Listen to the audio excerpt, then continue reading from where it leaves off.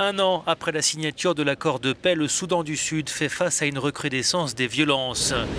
Deux camps s'opposent.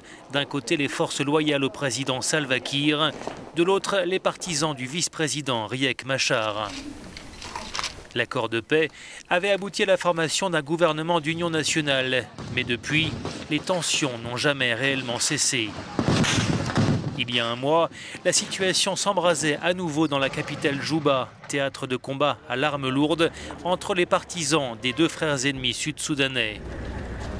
Des combats qui en quelques jours faisaient plus de 300 morts, faisant craindre une reprise de la guerre civile qui avait débuté en décembre 2013 sur fond de rivalité ethnique et de lutte de pouvoir.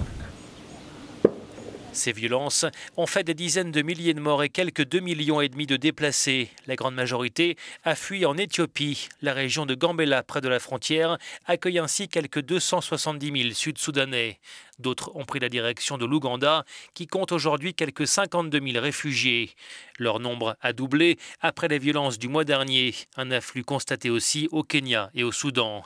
Au total, selon l'ONU, 60 000 personnes ont fui le pays après le récent regain de tension, portant à environ 900 000 le nombre de réfugiés depuis décembre 2013.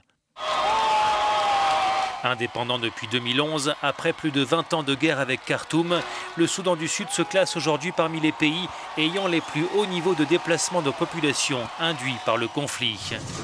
La semaine dernière, l'ONU a autorisé le déploiement dans le pays de 4 000 casques bleus supplémentaires pour prêter main forte aux 13 500 soldats déjà sur place. Un contingent critiqué pour son inaction face aux pillages, viols et meurtres qui se multiplient à Djouba.